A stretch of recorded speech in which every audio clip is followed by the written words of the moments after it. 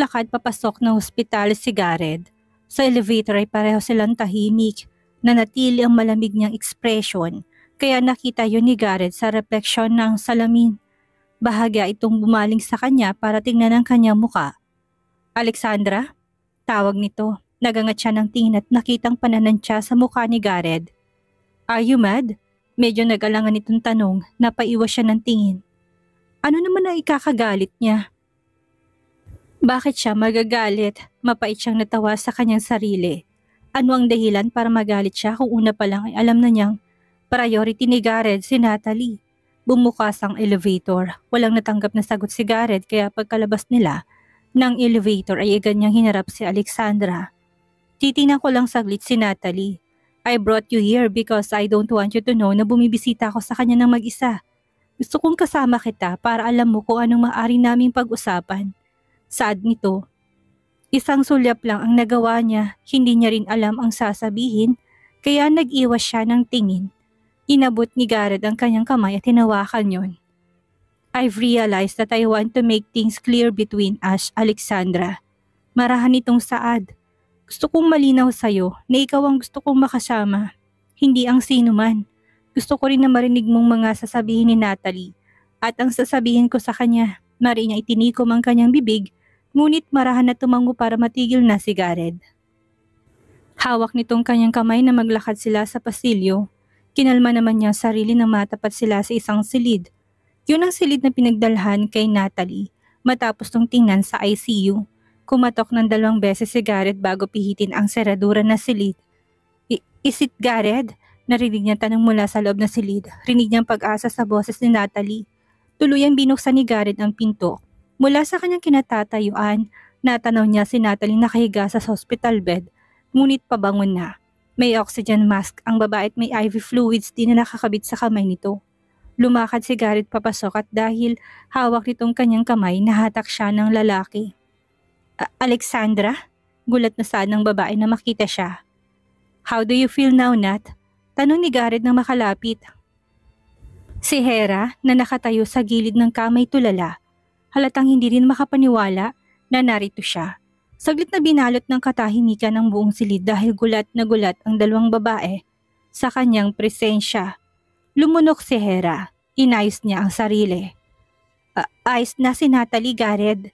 Dahil sa pagod kaya siya nahirapan huminga kaninang hapon. Pero ayos na siya. Sinulyapan ni Hera si Natalie na hindi pa rin nakakapagsalita. Namumutlang mukha nito at nakaawang ang bibig. Dapat hindi niya hinayaang mapagod si Natalie. Alam niyong mahina pang katawan niya. Paalala ni Gareth kay Hera. Matuwid na tumayo si Alexandra sa tabi ng lalaki. Sa kanya nakadirekta ang tingin ni Natalie kahit na si Gareth naman ang nagsasalita. Sinusubukan niya kasing magluto ng paborito mong ulam. Pinagbawalan ko naman siya, Gareth. Hindi lang nakinig. May konting pagkailang sa puso ni Alexandra nang marinig ang sinabi ni Hera. Kung ganoon, kasalanan pala ni Gareth kung bakit napagod si Natalie at kailangang isugod sa ospital. Humagod ang pait sa kanyang lalamunan pero nanatiling malamig ang ekspresyon ng kanyang mukha at saka pagod din siya kagabi. Kagabi pa hindi magandang pakiramdam niya pero dahil tumawag si Pablo at sinabing nalasing ka, dali-dali kanyang pinuntahan para alagaan. Hera, pigil ni Natalie. Kumunat ang noon ni Gareth. Lumalabas na siya palang dahilan kung bakit napagod ang babae. Walang kasalanan si Gareth. Ako ang may kasalanan. Ginusto ko rin napuntahan siya kagabi dahil nag-aalala ko. Mababa ang boses na saad ni Natalie. Pinigil ni Alexandra ang bumuga ng hangin. Hindi niya maatim na makinig sa usapan nilang tatlo. Kaya pilit niya na sanang binabawi ang kamay kay Gareth pero mas sumihigpit lamang ang hawak nito. I'm sorry for what happened last night, Natalie. May pagkapormal na saad ni Gareth. Meron lang kaming naging problema ni Alexandra kahapon, kaya nagpakalasing ako. Pag-amin nito. Tumigil si Alexandra sa pagbawi ng kanyang kamay na marinig ang sinabi ng lalaki. Ang totoo, akala niya nagkaroon ng usapan sila ni Pablo na mag-iinuman kaya ito nalasing.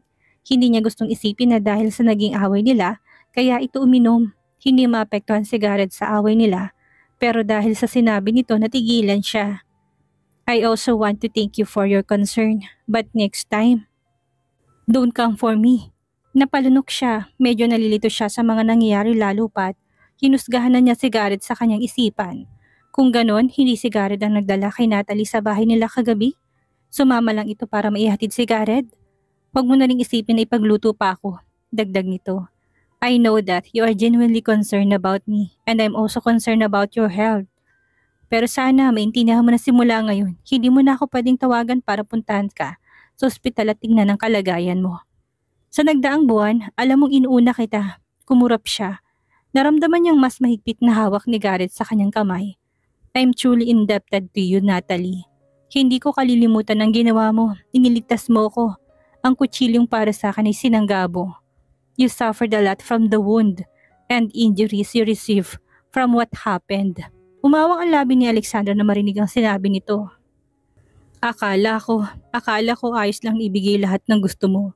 Kahit pa kapalit nito ay iwan ko si Alexandra. Garrett, pumatak ang luha ni Natalie pero maagap niya pinunasan. You asked me to marry you, Nat, and I was willing to marry you because I know that you have suffered a lot pero pagkatapos ng lahat ng nangyari, natauhan ako. Lumingon si Garrett sa kanya. Namungi saglit ang mga mata nito. I can't lose my wife. Sinabi ko na ito sa'yo noon sa klinik ni Pablo but I want to make it clear. Between the two of us, I'm choosing my wife this time, Nat. May pinalidad sa boses nito. I want to start a new life with Alexandra, but I won't run away from my responsibility.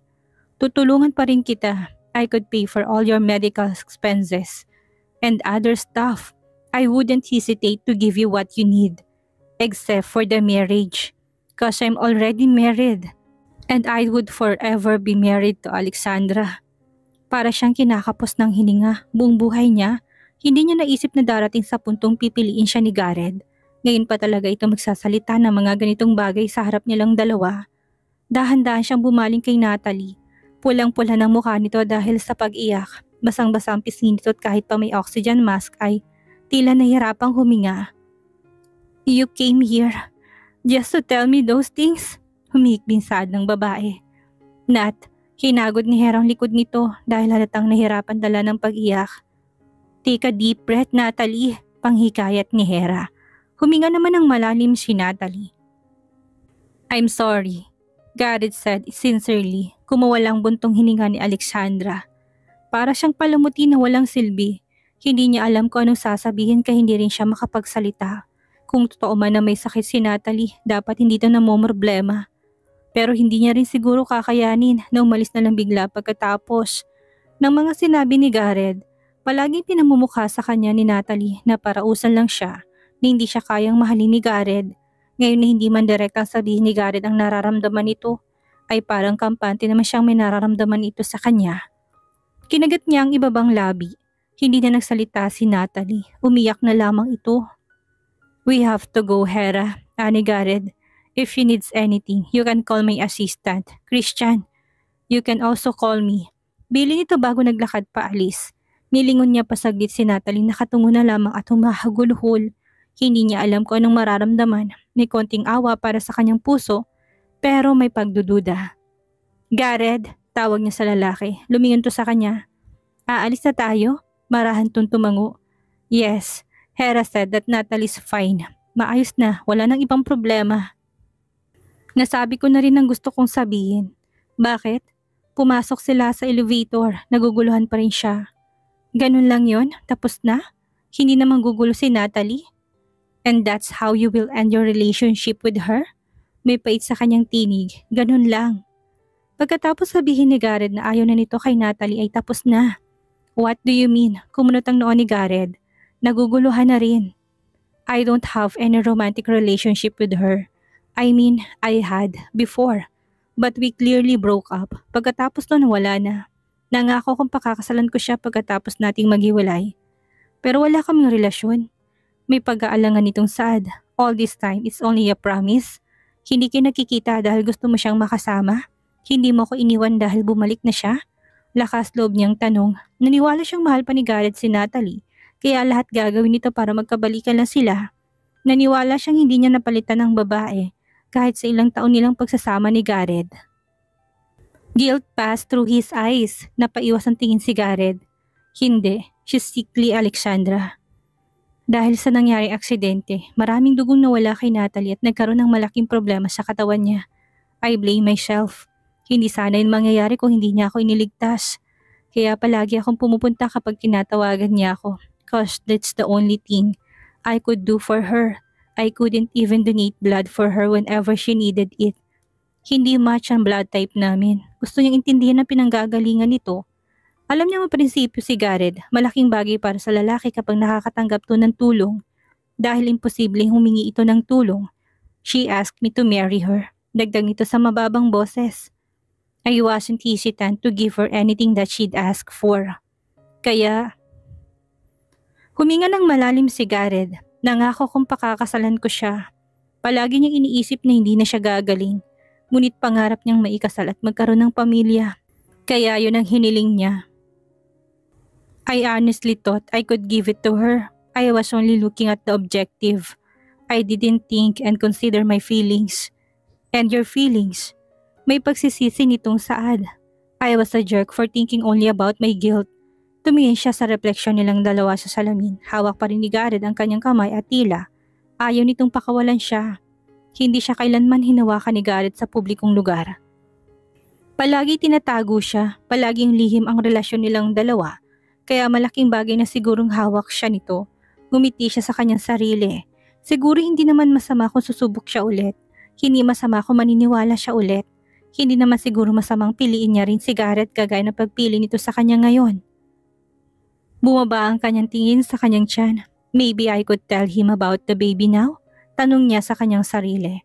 Hindi na importante kung ano magiging reaksyon nito. Gusto na lamang niya maging totoo at sasabihin sa lalaking tungkol sa kanyang pagbubuntis.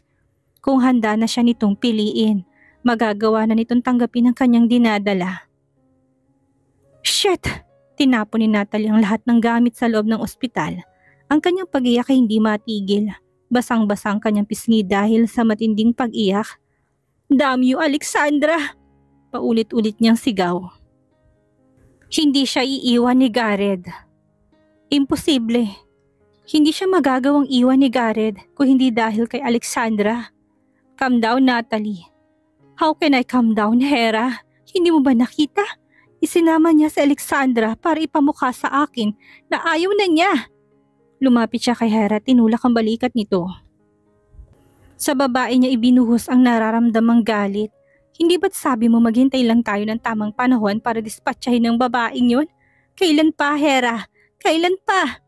Napatras si Hera. Ang kanyang likod ay tumama sa malamig na dingding ng ospital. Malakas si Natalie at wala naman talagang sakit. Lalo pat galit na galit ito.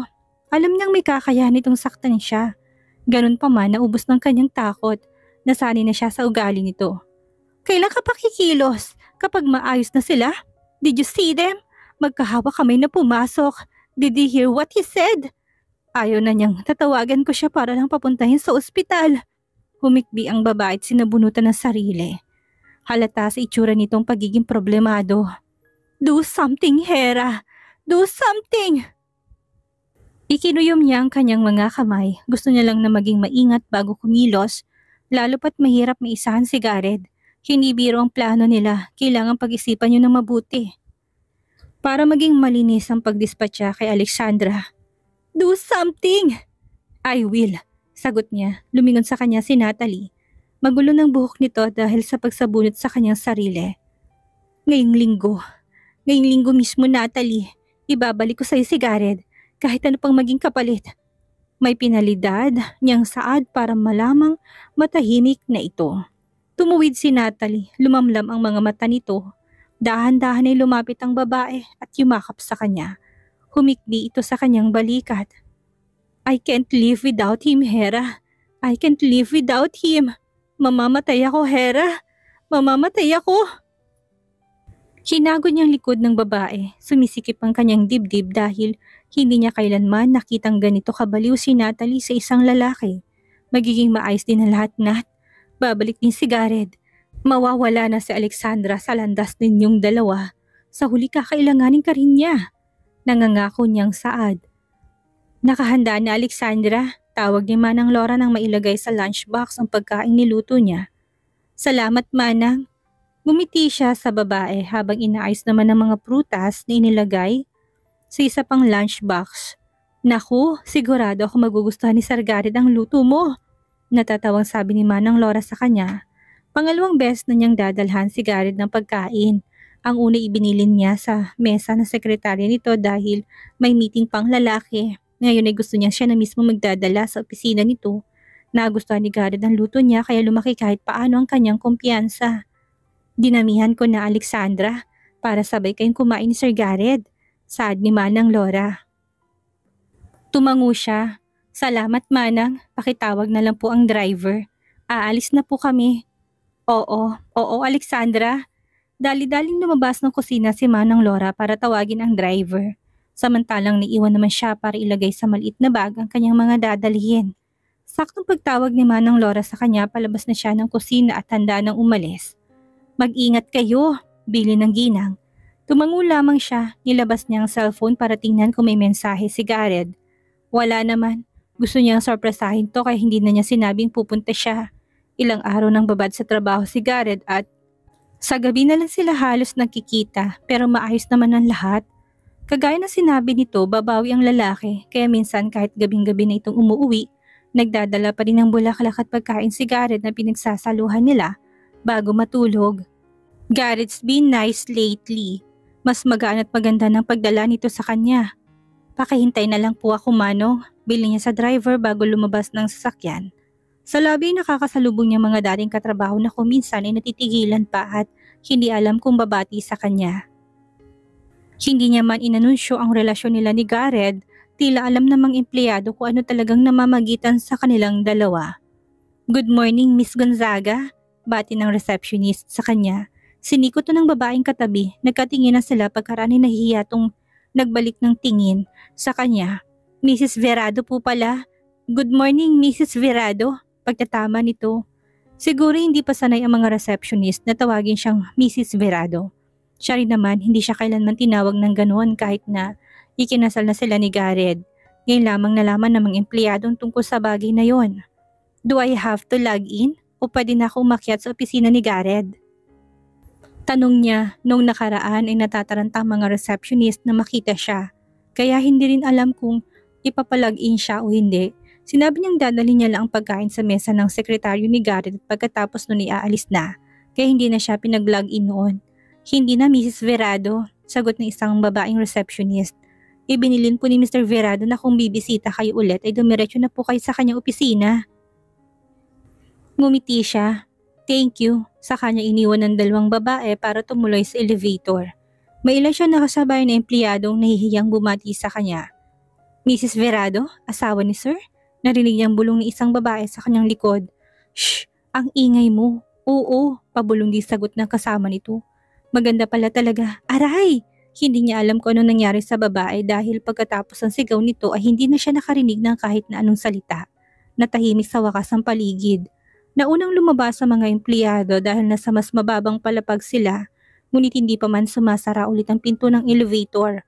Patakbo nang pumasok ang isang pamilyar na babae, daladalang mga folder. Miss, gulat din sigaw ni Ivy nang makita siya nito. Miss Gonzaga? Ngumiti siya kay Ivy. Alam niyang si Ivy ang pumalit sa kanya simula na umalis na siya sa pagtatrabaho kay Garrett. Hinagot siya nito ng tingin at pagkaraan ay tumigil ang mga mata nito sa dala niyang itim na bag na lunchbox. Dadalhan mo na pagkain si Sir Garrett? Medyo may pangasar sa boses nito. Ngumiti lamang siya. Grabe, ngumuso to. Ngayon ko lang nalaman na kasal pala kayo ni Sir Garrett. Hindi ka na pala Miss Gonzaga. Mrs. Verado ka na pala. Dapat ang tawag ko sa inyo. Dagdag nito. Ano ka ba, Ivy? Para ka namang iba sa akin. Saway niya sa babae. Kahit na Alexandra na lang. Hindi mo kailangan maging formal. Humagikik to. Ayaw ko. Mamaya niyan marinig ako ni Mr. Verado at sasantihin ako. Dahil Alexandra lang ang tawag ko sa'yo. Natawa siya sa babae. Alam niyang inaasar lamang siya nito pero hindi niya napigilan na sariling hindi mapangiti. Muling bumukas ang elevator. Nasa tamang palapag na sila. Dadalhin ko lang itong mga folder kay Christian, sabi nito. Tumangon naman siya. May 2 cubicle sa palapag. Isa para kay Christian at isa para sa sekretaryo nito. Ang ilang assistant sa baba ng cubicle kasama ng ibang empleyado. Ngunit napansin niyang walang tao sa mga cubicle. Wala si Christian, wala rin ang sekretaryo. Naunang naglakad si Ivy. Nilapag nito sa mesa ni Christian ng mga dalang folder at may kinuha itong panibago. Tiningnan niya ni Ivy at mukhang may hinahanap kaya hindi na niya ginulong babae. Tumuli siya sa malaking pinto ng opisina ni Gareth. Kumatok siya ngunit wala rin siyang narinig na sagot. Baka walang tao, hindi naman siguro magagalit si Gareth kung papasok siya. Pinihit niya ang seradura ng pinto't dahan-dahan yung tinulak. Natanaw niya sa hindi kalayuan ng likod ni Gareth. Kumulit ang kanyang noon nang makitang may kinakausap to. Nasa malaking mesa si Gareth kasama isang babae. Tumayo siya malapit sa pinto. Hindi alam kung aalis o mananatili. Ito na yun lahat, Gareth? Malambing na tanong ng pamilyar na boses ni Natalie. Yes. Umuklo si Gareth para abutin ang mga nakalat na ibang folder sa malaking mesa. Kaya natanaw niya ang kalahati ng mukha ni Natalie. Nakaupo ito sa tabi ni Gareth. Anong ginagawa nila? Bumukas ang pinto at halos mapatalon pa siya sa gulat. Alexandra, tawag ni Christian nang makita siya. Nang marinig ni Gareth ang kanyang pangalan, lumingon to sa kanilang direksyon. Nakita siya ng lalaki. Kumunot ang noon ni Gareth nang makita siya. Alexandra? Iniwan nito si Natalie. Naglakad ang lalaki palapis sa kanya. What are you doing here? Tanong nito. Sinulyapan niya si Natalie. Magandang ayos nito ngayon. Nakasuot ng itim na dress ang babae. Nakalantad ang dibdib nito dahil sa mababang neckline. Mataas ang pagkakatali ng buhok at medyo makapal ang makeup. Ibinalik niyang tingin kay Gareth. May kakaibang sakit na sumipa sa kanyang dibdib. Ilang araw na nagtatrabaho si Gareth kaya sa hapunan na lang sila nagsasabay kumain. Minsan ay mas maaga pa itong nagigising kaya hindi na rin sila nagsasabay mag-almusal. Gabing-gabi na ito kung minsan umuwi. Hindi kaya. Natalie's here to ask help. Paliwanag nito na makita ang panlalamig ng kanyang ekspresyon. Hinawakan ng lalaki ang kanyang kamay at inabot ang hawak niyang bag. What is this? Did you bring me lunch? Gumiti si Gareth sa kanya pero hindi niya masuklian ang ngiti nito.